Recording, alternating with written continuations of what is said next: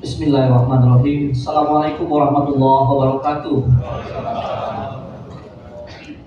Sampurasun. Karena kita mempunyai tugas bersama-sama untuk memastikan pemilu itu berjalan dengan lancar, saya berharap kita betul-betul berada dalam posisi yang lurus. Kita berada dalam posisi yang netral. Tidak lari kiri kanan dan lain-lain sebagainya.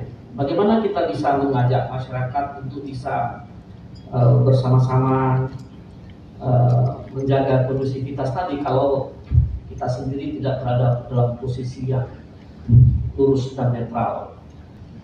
Bentuk dari komitmen kami di jajaran pemerintah Kabupaten Purwakarta secara kompak, secara bersama-sama berkomitmen untuk melaksanakan pemilu 2024 itu baik pemilu kada maupun pemilu legislatif presiden secara netral. Jadi mohon kiranya nanti muatan-muatan yang penting kiranya dapat disampaikan pada kesempatan ini.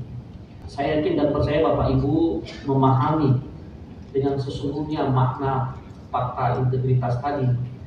Jadi tidak hanya sekedar tanda tangan, meskipun itu di atas materai, tapi lebih daripada itu, saya betul-betul menuntut kesadaran, saya betul-betul menuntut keikhlasan dan konsistensi kita dalam memperhatikan aspek-aspek yang berkenaan dengan netralitas ASN selama pemilu dan pilkada ke depan.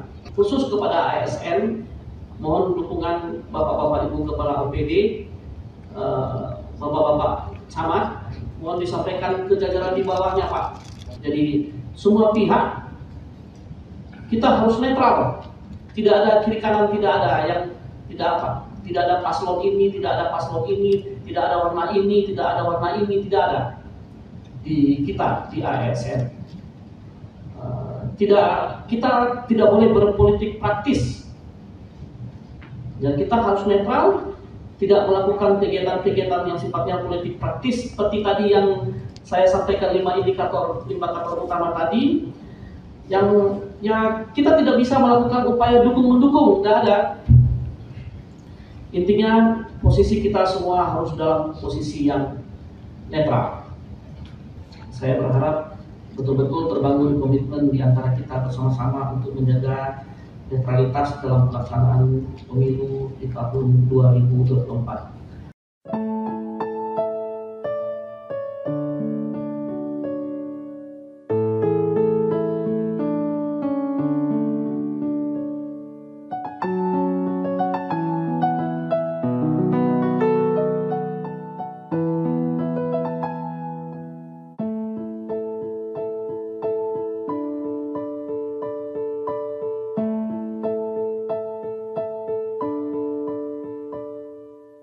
Netralitas ASN itu sesuatu yang imparsial, ya, sesuatu yang tidak parsial, gitu, memperlakukan semua orang dan kelompok secara setara dan tidak parsial seperti itu. Lalu kemudian Bapak Ibu, kalau kita masuk dalam dimensi politik, di mana saat ini kita masuk memang tahun politik, kita lihat, kita review kembali. Tadi Pak PJ bilang rambu-rambunya seperti apa. Kalau kita lihat tentunya di Undang-Undang 5 2014 yang tentunya nanti juga kita belum tahu undang-undang berapa penggantinya, itu diatur bahwa kita mempunyai 3 fungsi utama, ya, pelayan publik, kemudian kita pelaksana kebijakan publik, dan tidak kalah pentingnya perekat dan pemersatu. Bisa dibayangkan sebagai fungsi perekat dan pemersatu, lalu kita menjadi bagian yang memecah-mecah itu dengan apa? Dengan kita berlaku tidak netral. Jadi salah satu kuncinya ketika kita menjalankan fungsi perekat dan pemersatu, tentunya kita harus profesional, ya, netral. Jadi menjunjung netralitas. Nama saya Helmi Setiawan, jabatan saya adalah Camat Jawa Barat. Yang pertama, saya di sini menyatakan sikap. Saya sangat mendukung apa yang disampaikan tadi oleh pimpinan dan lain Bapak APD Bupati. Dalam hal ini memang netralitas ASN ini sangat diperlukan. Pertanyaan akan saya tujukan kepada dua narasumber. Yang pertama, di sini kebetulan saya sampaikan tadi, saya selaku camat, Bu Maria, Bu Siti. Memang camat ini saya bilang pekerjaannya cukup rumit, Bu. Karena tadi Ibu sampaikan, Bu Maria, karena camat ini adalah seorang kepala wilayah. Nah, jadi berkenaan dengan pemilu, nah ini ada beberapa hal yang memang saya menjadi ganjalan di hati saya. Terutama pertanyaan pertama saya kepada Ibu dari Bawaslu, Ibu Siti. Jadi yang pertama Ibu tadi membahas masalah ada ASN 14 orang, Bu. Yang ini memang saya yakini adalah ini rekan-rekan camat saya. Ya. Jadi ini kejadian tanggal 10 September tahun 2023. Ya, di mana para camat itu menghadiri pelantikan pengurus DPD Golkar. Gitu. Nah, tapi yang ingin saya pertanyakan kepada Ibu, pada saat itu para camat ini dipanggil. Di sini saya ingin menyampaikan kenapa para camat hadir. Sebab kebetulan juga waktu itu Bapak PJ belum menjabat. Jadi kami menerima SMS center. Ya, dan apa? Bukan SMS, undangan yang situ menyebutkan para camat untuk hadir. Ya. Karena kami pada saat itu dia mengikuti perintah, kami hadir. Tapi ternyata kami dipersalahkan. Artinya media mempermasalahkan kedatangan camat ke sana. Padahal jelas camat itu sebagai undangan, ada undangan. Nah, yang saya pertanyakan waktu itu Bawaslu memanggil. Tapi yang paling saya pertanyakan adalah termasuk diri saya dipanggil Bu Maria oleh Bawaslu. Tapi saya tidak hadir di sana, Bu. Gitu. Karena pada tanggal 10 itu saya sedang ada di luar kota. Karena itu pelaksananya hari Minggu. Waktu itu saya sempat dipanggil dan saya mengadakan ya mediasi lah dengan Bawaslu. Itu yang pertama, kasus yang pertama. Makanya di sini saya ingin mohon petunjuk dari Bawaslu. Yang kedua, berkenaan dengan kemarin mungkin di sini teman-teman camat sudah tahu, para kepala OPD mungkin sebagian juga tahu, berkenaan dengan viralnya keluarnya tulisan dari WA Group.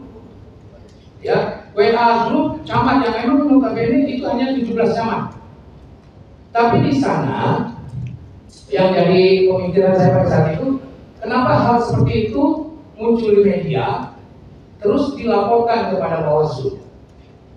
Karena kalau kita melihat apa yang disampaikan media itu, menurut saya pribadi itu tidak ada pelanggaran berkenaan dengan pemilu. Karena yang saya tahu tadi di sini ada yang tadi disampaikan oleh Bapak PJ 5 modus ya pelanggaran. Sebenarnya ada 16 pelanggaran yang tidak boleh dilakukan oleh ASN sesuai dengan SE Kemenpan RB dan SE KSN. Kenapa kok Bawaslu menerima laporan? Oke, yang kita pertanyakan ada nggak pelanggaran dalam hal itu? Ya, dari itu saya bilang dari yang keluar WA itu. Seharusnya kan gini, kalau memang tidak ada pelanggaran siokianya, apalagi sekarang ada 3 teman saya yang rencananya akan dipanggil berkenaan dengan hal itu. Dan saya di sini berusaha mewakili teman-teman camat, saya sebagai juru bicara, Bu. Ya, jubirnya kayak Bu. Teman yang bilang macam-macam paham, ya Luhut Binsar Panjaitan. Panggilan ini apakah desakan atau memang ada pelanggaran? Ya, aturannya gitu loh ya, Bu Siti. Kita minta penjelasan supaya semua para camat kita tahu, Bu. Karena kita sebentar lagi akan menghadapi pemilu gitu loh. Jangan sampai kita nanti salah langkah. Ya, salah langkah dalam pelaksanaan tugas gitu. Jadi kadang-kadang kita takut ya, kayak gini salah sedikit panggil Bawaslu. Ada ini melaporkan Bawaslu, kita dipanggil gitu ya. Supaya semuanya ASN tahu. Jadi yang sedikit, oh camat gitu. Nah, kita tidak mau seperti itu. Jadi biar semuanya tahu apa sebenarnya yang terjadi. Nah, Ibu nanti mohon penjelasan. Itu yang pertama untuk Ibu. Yang kedua, kepada Ibu Maria berkenan dengan Ibu dan mewakili dari KSN. Kita ini bukan gini, sebagai camat kadang kita banyak undangan Bu. Ya ini berkenan nanti ya Bu ya, mendekati dengan pemilu. Salah satu contohnya misalkan ada kegiatan masyarakat. Ini misalkan mengundang camat untuk hadir, salah satu misalkan dalam bidang olahraga. Atau lurah juga kadang sering seperti itu. Nah kita datang Bu. Nah begitu kita datang, kita tidak tahu bahwa dalam kita datang itu ada anggota atau calon legislatif yang hadir. Terutama biasanya itu ada yang membiayai lah kegiatan itu. Nah, yang jadi pertanyaan saya, semacam kegiatan ini misalkan saja, apakah itu wajib dihadiri oleh camat atau kita tolak? Gitu. Karena ketakutan kita kan karena tadinya ada nanti foto bersama gitu. Oh ya. Nah ini karena ini sedang ramai lah.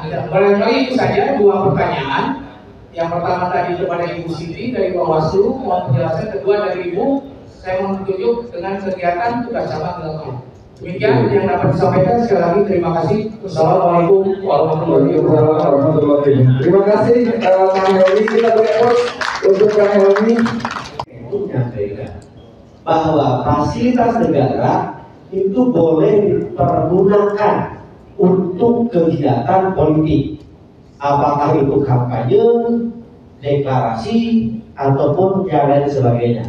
Saya mohon penjelasan secara detail masalah ini karena terus terang kami secara kewilayahan tentunya akan diminta izin atau paling tidak rekomendasi untuk penggunaan tempat-tempat tersebut. Salah satu contoh misalkan lapang bola, harus memberikan rekom untuk penggunaan tempat tersebut. Maksud saya mohon kejelasan mengenai hal ini sehingga kami tidak malang kabut dan tidak blunder begitu. Kita posisinya pada posisi yang benar dan kita tetap tidak membeda-bedakan mau siapa silakan selama itu sesuai dengan aturan. Memang ini juga menjadi apa Pak? Kami mengerti lah posisi Bapak itu khususnya lurah dan camat tidak gampang. Nah ini yang memang kita harus bijaksana lah Pak ya. Tidak gampang, tapi mudah-mudahan kita juga tidak terjerumus dalam yang namanya pelanggaran. Karena kuncinya memang seperti tadi Pak, tidak menunjukkan keberpihakan, ya kan? Tidak menunjukkan keberpihakan dalam tingkah laku kita maupun dengan juga kewenangan yang kita miliki, tidak ada keberpihakan. Bahwasanya dalam tugas sehari-hari Bapak Ibu memang harus menjalankan fungsi itu dan harus berada di area itu. Tentunya itu tidak bisa dihindari gitu ya, tidak bisa dihindari. Seperti tadi Bapak Lurah sampaikan misalnya ada kegiatan-kegiatan keagamaan, ya sering sekali ya bahwa memang para caleg-caleg itu juga hadir bahkan mempunyai apa di situ ya agenda-agenda terselubung Pak. Tetapi ketika undangan itu disampaikan kepada Bapak sebagai kepala wilayah, sebagai lurah, tentunya kan Bapak mempunyai tugas juga dalam fungsi pembinaan, ya kan segala macamnya. Nah, itu yang tadi kami sampaikan pada paparan kami, agar Bapak juga aman secara administrasi, Bapak buatlah surat tugas. Di situ memang perlu bijak-bijak lah ya, kata kuncinya pintar-pintar. Bapak juga nggak mungkin kaku Pak, pasti harus melakukan tugas Bapak sebagai lurah dan camat, ya, sebagai kepala wilayah, juga Bapak juga adalah ya kepala lah buat semua ormas apa semua yang ada kepentingan kelompok dan golongan yang ada di wilayah Bapak. Jadi saya tidak bilang bahwa Bapak harus menghindar dari itu semua, ya karena Bapak harus hadir justru. Tapi itu yang tadi kami sampaikan. Jadi saya lapor kepada pimpinan dan ada disposisi atau surat tugas untuk Bapak menerima atau hadir dalam forum itu. Dan tentu saja kami ingatkan di dalam forum itu Bapak menjaga tingkah laku geraknya, jangan menunjukkan ada keberpihakan. Kalau memang harus difoto dengan misalnya tadi ada acara-acara yang memang ada acara partai atau apa gitu ya, Bapak itu bedakan di foto dan berfoto, itu juga diskusi kami di KSN. Kalau kita di foto, lalu kemudian kita dalam sikap netral seperti tadi Bapak sampaikan, hati-hatilah dengan jari kita yang saat ini, lambang-lambang yang menunjukkan keberpihakan. gitu ya. Kemudian ucapan atau juga mungkin pakaian kita yang atribut-atribut segala macam ya. Sebisanya menghindar, sebisanya misalnya kita cukup dengan tugas kita, sebisanya menghindar lebih baik. Tetapi kalau tidak bisa, ya Bapak tidak menunjukkan keberpihakan. Itu aja kata kuncinya. Sehingga ketika diperiksa Bawaslu nanti, dan pada saat klarifikasi itu sebenarnya Bawaslu ini kan ahli nih. Ini para apa namanya nih Pak Bu? Udah expert di bidangnya, bisa menilai apakah memang terlihat keberpihakan atau tidak. Jadi itu saran kami. Juga Bapak Camat tadi mungkin bisa menjawab beberapa dari Pak Camat ya. Jangan sampai takut akan ini dan itu Pak. Ya kata kuncinya gini Pak, kita itu pelayan publik, kita itu tidak berpihak kepada salah satu kepentingan kelompok atau golongan, ya. Apalagi ini Bapak Ibu saat ini beruntung sekali dipimpin oleh Bapak PJ yang adalah ASN. Tentunya mudah-mudahan tidak terlalu sulit buat Bapak untuk menjaga netralitas itu.